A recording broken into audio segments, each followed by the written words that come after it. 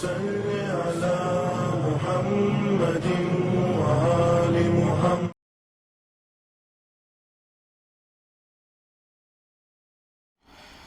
اعوذ باللہ من الشیطان اللعین الرجیم. بسم اللہ الرحمن الرحیم. الحمد للہ رب العالمین وبہ نستعین وہو خیر ناصر ومعین وصلی اللہ علی محمد وآلہ الاطیبین الاطہرین. اما بعد فقد قال مولانا امیر المؤمنین علی بن ابی طالب علیہ السلام. بسم اللہ الرحمن الرحیم. رجب شہری و شعبان شہر رسول اللہ و رمضان شہر اللہ. السلام علیکم ورحمۃ اللہ وبرکاتہ. ناظرین گرامی، ہماری گفتگو ماہ مبارک شعبان المعظم سے متعلق ہے کہ جو آج اپنے دوسرے مرحلے میں داخل ہو رہی ہے، جس کے لیے مولا کائنات کی ایک حدیث کا سہارا لیا گیا ہے، جس میں مولا فرماتے ہیں رجب میرا مہینہ ہے، شعبان رسول اللہ کا مہینہ ہے اور رمضان خدا کا مہینہ ہے. ہماری گفتگو ماہ شعبان سے متعلق تھی، اور ماہ شعبان سے متعلق پہلے ہم نے مناسبتوں کو بیان کیا اس مہینے کی، اور پھر اس کے بعد اس مہینے کی فضیلت و عظمت کو بیان کیا، اور پھر اس کے بعد ہم داخل ہوئے تھے اعمال کی بحث میں. اعمال کی ہم نے دو قسم کی تھی. اس مہینے کے کچھ اعمال وہ ہیں کہ جن کو انسان کو پورے مہینے انجام دیتے رہنا چاہیے، اور کچھ اعمال وہ ہیں کہ جو انسان کے لیے ہر دن اور ہر رات کے مخصوص اعمال ہیں اور ہر تاریخ کے مخصوص اعمال ہیں. لہٰذا ہماری گفتگو اس منزل پر تھی کہ جو اعمال انسان کو پورے مہینے انجام دینے چاہیے، ان میں سے پہلا عمل تھا کہ انسان زیادہ سے زیادہ اس مہینے میں روزہ رکھے، جس میں ہم نے روزے کا اجر و ثواب بیان کیا تھا. لیکن اس مہینے کے پورے مہینے کے اعمال میں جو دوسری چیز ہے، انسان کو زیادہ سے زیادہ اس مہینے میں استغفار کرتے رہنا چاہیے، اپنے گناہوں کی خداوند عالم سے مغفرت طلب کرتے رہنا چاہیے. کیوں؟ اس لیے کہ یہی وہ مہینہ ہے کہ جس میں اللہ ایک استغفار کے بدلے انسان کو 70 استغفار کے ذریعے سے دیتا ہے.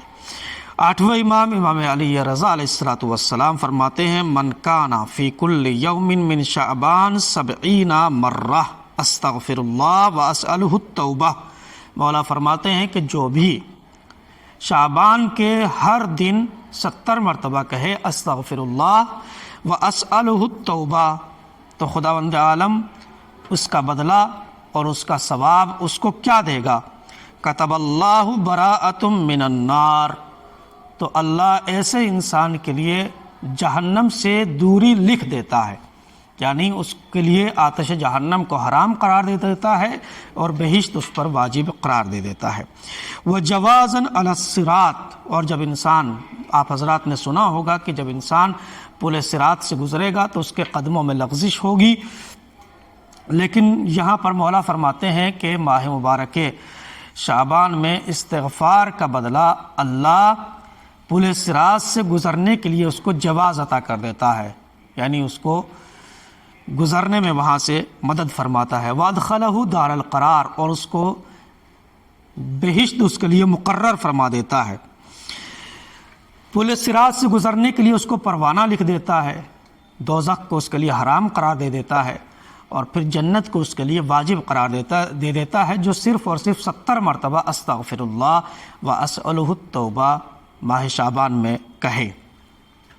پھر دوسرے مقام پر اسی امام نے، یعنی 8ویں امام نے فرمایا من استغفر فی کل یوم من شعبان 70 مرہ. وہاں امام نے ایک مخصوص استغفار کا طریقہ بتایا، استغفر اللہ واسألہ التوبہ، لیکن یہاں امام نے کوئی مخصوص طریقہ نہیں بتلایا، لیکن جس بھی طریقے سے ہو سکے اگر انسان 70 مرتبہ صرف اور صرف استغفر اللہ ربی واتوب الیہ پورے دن میں کہہ رہا ہے تو مولا فرماتے ہیں حشر یوم القیامت فی زمرۃ رسول اللہ، تو اس مہینے کا استغفار کرنے والا اسی زمرے میں رہے گا، اسی درجے میں رہے گا جہاں رسول اللہ ہوں گے، یعنی رسول اللہ کی معیت اور رسول اللہ کا ساتھ اس کو جنت میں نصیب ہوگا. اور رسول کا نہیں، وہ آلہ، اور رسول کے آل پاک کا بھی اس کو ساتھ نصیب ہوگا۔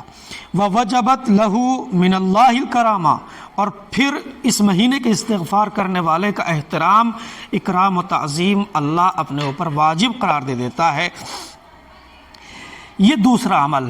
لیکن اس مہینے کا جو پورے مہینے کا عمل ہے، تیسرا عمل ہے کہ اس مہینے میں انسان کو چاہیے جتنا زیادہ ہو سکے اتنا زیادہ اس مہینے میں صدقہ اور خیرات کرے۔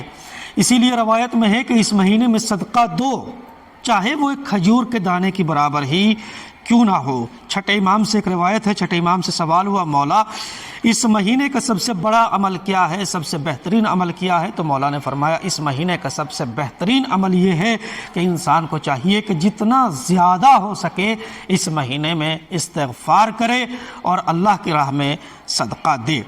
اگر کوئی اس مہینے میں صدقہ دیتا ہے تو اس کا ثواب کیا ہے؟ اس حدیث میں ہے کہ جو انسان اس مہینے میں صدقہ دے تو خداوند عالم صدقہ دینے والے کے صدقے کی اس طریقے سے تربیت اور پرورش کرے گا اور اس طریقے سے اس کو پروان چڑھائے گا کہ جیسے انسان ایک اونٹ کے بچے کی پرورش کر کے اس کو مکمل اونٹ بنا دیتا ہے اور پورا اونٹ بنا دیتا ہے، ایسے ہی انسان اس کے صدقے کی حفاظت کر کے اور اس کو پرورش کر کے پروان چڑھا کے اتنا زیادہ بنا دے گا اس ایک صدقے کو کہ وہ احد کے پہاڑ کے برابر روز قیامت اس انسان کے صدقہ دینے والے کے سامنے آئے گا۔ یہاں بحث تمام ہوتی ہے ان اعمال کی کہ جو انسان کو پورے مہینے انجام دیتے رہنا چاہیے، لیکن کچھ اعمال وہ ہیں کہ جو اس مہینے میں کی ہر جمعرات سے مخصوص ہیں، جسے ہم اور آپ شب جمعہ کے نام سے یاد کرتے ہیں۔ روایت میں ہے کہ ہر شب جمعہ اس مہینے میں 2 رکعت نماز انسان کو پڑھنا چاہیے۔ ہر رکعت میں دونوں رکعتوں میں یعنی سورہ الحمد کے بعد 100 بار سورہ توحید کی تلاوت کرے اور اسی طریقے سے پھر دوسری رکعت کو انجام دے اور پھر تشہد و سلام پڑھ کے نماز تمام کرے اور پھر اس کے بعد محمد و آل محمد پر 100 مرتبہ درود و سلام بھیجے۔ اس کے بعد جو نبی کریم نے جملہ ارشاد فرمایا وہ قیامت کا جملہ ہے۔ نبی فرماتے ہیں قبل اللہ تعالی لہ امر کل امر من الدنیا والآخرہ، اگر کوئی انسان ہر جمعرات کو یعنی ہر شب جمعہ ماہ شعبان کی ہر شب جمعہ اس نماز کو ادا کرتا ہے تو اللہ اس کی دنیاوی اور اخروی تمام حاجات کو قبول فرماتا ہے۔ سلسلہ آگے بڑھتا ہے، پھر اس کے بعد وہ مبارک شب آتی ہے کہ جس کو ہم اور آپ شب نیمہ شعبان کہتے ہیں یا شب برات کہتے ہیں۔ اس شب کے لیے کہا جاتا ہے روایات میں یہ شبہ قدر کے بعد یعنی ماہ مبارک رمضان کی مبارک راتوں یعنی شبہ قدر کے بعد سب سے زیادہ جو اہمیت کی حامل ہے وہ یہی شب 15 شعبان ہے یعنی شب برات ہے، شب نیمہ شعبان ہے۔ شبہ قدر میں کیا ہوتا ہے؟ انسان کے لیے انسان کی تقدیر لکھی جاتی ہے، قضاء و قدر کے سارے فیصلے کیے جاتے ہیں، لہٰذا یہ شب بھی شبہ قدر سے کم نہیں ہے جس کو ہم اور آپ شب نیمہ شعبان کہتے ہیں۔ روایت میں ہے کہ جبریل امین رسول اسلام کے پاس آئے اور رسول اسلام کو لے جانے کے بعد قبرستان بقیع میں لے گئے۔ وہاں جا کے رسول اسلام سے کہا اللہ کے حبیب آپ ذرا آسمان کی طرف اپنی نظروں کو اٹھا کر دیکھیے۔ اللہ کے رسول نے اپنی نظروں کو اٹھایا تو کیا دیکھا کہ آسمان کے تمام دروازے کھلے ہوئے ہیں اور اللہ کی رحمت کے تمام دروازے کھلے ہوئے ہیں۔ جیسے ہی یہ حال دیکھا رسول اسلام نے فرمایا یہ مغفرتوں کا مہینہ ہے، رحمتوں کا مہینہ ہے، لہٰذا میری امت والوں کو چاہیے کہ اس مہینے میں زیادہ سے زیادہ اپنے آپ کو اللہ کی عبادت و اطاعت میں مصروف رکھیں، دعا اور مناجات میں مصروف رکھیں، روزے میں مصروف رکھیں، تلاوت قرآن میں مصروف رکھیں۔ پھر اس کے بعد 5ویں امام فرماتے ہیں ان اللہ اقسم اللہ یرد السائل عن بابہ۔ 5ویں امام فرماتے ہیں کہ یہ مبارک شب یعنی شب نیمہ شعبان اتنی عظمتوں کی حامل ہے کہ اس رات کے لیے اللہ نے قسم کھائی ہے میں اگر قسم کھاؤں تو میری قسم کا کوئی اعتبار نہیں ہے، لیکن اگر کوئی مجتہد قسم کھائے تو اس کی قسم کا اعتبار بڑھ جاتا ہے، کوئی معصوم قسم کھائے تو اعتبار اور بڑھ جاتا ہے، لیکن اگر خود خداوند عالم قسم کھائے تو پھر اسی وجہ سے پانچویں امام کہتے ہیں کہ اللہ نے قسم کھائی ہے کہ جو اس شب میں مجھ سے کسی بھی چیز کا سوال کرے گا تو میں اپنے دروازے سے اس کو خالی ہاتھ نہیں لوٹاؤں گا، اس کو محروم نہیں کروں گا، مگر ہاں سوال کرنے والے کو چاہیے کہ مجھ سے وہ جائز چیز کا مطالبہ کرے، لیکن اگر گناہ کا مطالبہ کر رہا ہے اور ظلم کا مطالبہ کر رہا ہے تو یقیناً وہ خالی ہاتھ لوٹایا جائے گا۔ یعنی اگر کسی خطرناک شے کا مطالبہ کر رہا ہے تو پھر اللہ اس کو نہیں دے گا، لیکن جو چیز فائدہ مند ہے، نیکی کا مطالبہ کر رہا ہے تو اللہ اس کو ضرور عطا کرے گا۔ اب سوال یہ پیدا ہوتا ہے کہ اس شب نیمہ شعبان کو یا شب برات کو ہم کیسے گزاریں، کس طریقے سے گزاریں، کیا طریقہ ہونا چاہیے، کیا انداز ہونا چاہیے؟ جبکہ انداز تو اس شب کو گزارنے کے مختلف ہیں۔ بعض لوگ صرف آتش بازی اور پٹاخوں کے ذریعے سمجھتے ہیں کہ ہم نے اس شب کو اچھے طریقے سے گزار لیا۔ یہ سب چیزیں بھی کرنا چاہیے، کیوں؟ اس لیے کہ جائز کام ہے، حلال کام ہے، ان سے منع نہیں کیا جا سکتا ہے۔ یا اگر دوسرا طریقہ جو ہمارے یہاں رائج ہے سماج میں، وہ ہے نظر و نیاز کا سلسلہ۔ نظر و نیاز ضروری ہے، اس شب میں اپنے مرحومین کو یاد کریں، لیکن خالی یہ شب ہمارے لیے اس حد تک نہ ہو کہ ہم اس شب میں صرف اور صرف آتش بازی تک رہ جائیں، نظر و نیاز تک رہ جائیں، بلکہ اور بہت سارے اعمال ہیں اس شب کے مخصوص ہیں کہ جن کو ہمیں انجام دینا چاہیے۔ اپنے اپنے مرحومین کی قبروں پہ جانا چاہیے، اپنے مرحومین کے لیے فاتحہ کا اہتمام کرنا چاہیے۔ آٹھویں امام سے کسی نے معلوم کیا، مولا اس رات میں ہمیں کیا کرنا چاہیے؟ راوی کہتا سألت عن الرضا علیہ الصلاۃ والسلام عن لیلۃ النصف من شعبان، ہم نے 15ویں رات کے بارے میں شعبان کی 8ویں امام سے معلوم کیا کہ ہمیں اس رات کو کیسے گزارنا چاہیے۔ مولا نے فرمایا قال ہی لیلۃ یعتق اللہ فیہا الرقاب من النار، مولا فرماتے ہیں یہ رات وہ ہے کہ جس میں اللہ اپنے بندوں کو جہنم کی آگ سے آزادی عطا کرتا ہے۔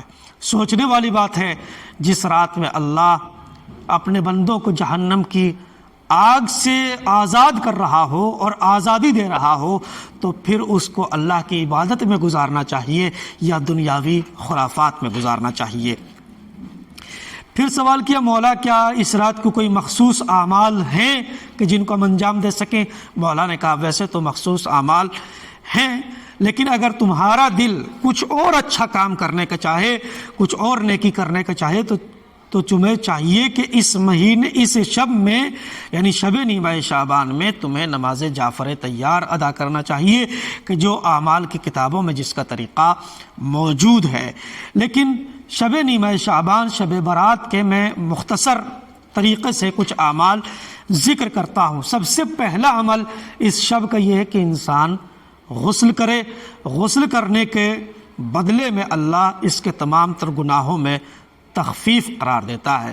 یعنی جیسے انسان غسل کرے گا تو جیسے اس کے بدن سے میل و کچیل دور ہوتی ہے، ایسے ہی اس کے گناہ بھی دور ہو جاتے ہیں۔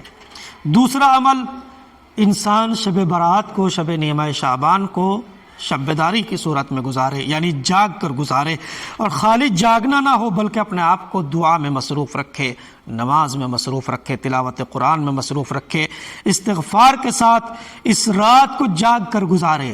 یہی وجہ ہے کہ مولا کائنات کی سیرت میں ملتا ہے کہ مولا کائنات 3 راتوں کو کبھی نہیں سوتے تھے، کبھی آرام نہیں فرماتے تھے۔ لا کانا امیر المؤمنین لا ینام ثلاث لیال، مولا کائنات 3 راتوں میں کبھی آرام نہیں فرماتے تھے۔ ان 3 راتوں میں سب سے پہلی رات یہی شب نیمہ شعبان، اور دوسری رات 23ویں شب ماہ مبارک رمضان، اور پھر ایک شب عید الفطر۔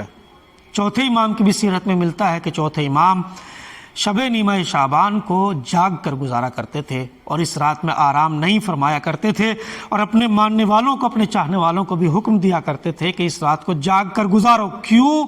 پھر امام نے اس کی وجہ بھی بیان کی ہے کہ اس رات میں جاگنے کا ثواب اللہ یہ دے گا اپنے بندے کو کہ جس دن سارے انسانوں کے دل مردہ ہوں گے، اس رات میں جاگنے والے کا دن اس دن مردہ نہیں ہوگا۔ ایک عمل یہ ہے کہ اس رات میں انسان نماز عشاء کے بعد 2 رکعت نماز ادا کرے۔ الحمد کے بعد پہلی رکعت میں الحمد کے بعد سورہ قل یا ایھا الکافرون، اور دوسری رکعت میں سورہ الحمد کے بعد سورہ توحید کی تلاوت کرے، اور پھر اس کے بعد تسبیح حضرت فاطمہ زہرا سلام اللہ علیہا پڑھے۔ ایک عمل اس رات میں دعائے کمیل، جس کے لیے بہت زیادہ تاکید کی گئی ہے کہ انسان کو چاہیے کہ ہر شب جمعہ پڑھے۔ ہر شب جمعہ نہیں پڑھ سکتا ہے تو ہر مہینے کی ایک جمعرات کو پڑھے، اور ہر مہینے کی ایک جمعرات کو بھی نہیں پڑھ سکتا ہے تو اپنی پورے سال میں ایک مرتبہ پڑھے، سال میں نہیں تو زندگی میں ایک مرتبہ پڑھے۔ اور اس رات کا جو سب سے اہم عمل ہے وہ ہے زیارت امام حسین علیہ السلام۔ اول تو یہ ہے کہ اس شب کو انسان کربلا میں جا کے گزارے، لیکن اگر نہیں جا سکتا ہے تو پھر اس کو چاہیے کہ اس شب میں امام حسین علیہ السلام کی زیارت کی تلاوت کرے اور زیارت کو پڑھے۔ کیوں؟ اس لیے کہ زیارت امام حسین علیہ السلام کا پڑھنے والا یا کرنے والا بالکل ایسے ہی ہے جیسے اس نے 1,24,000 انبیاء سے مصافحہ کیا ہو۔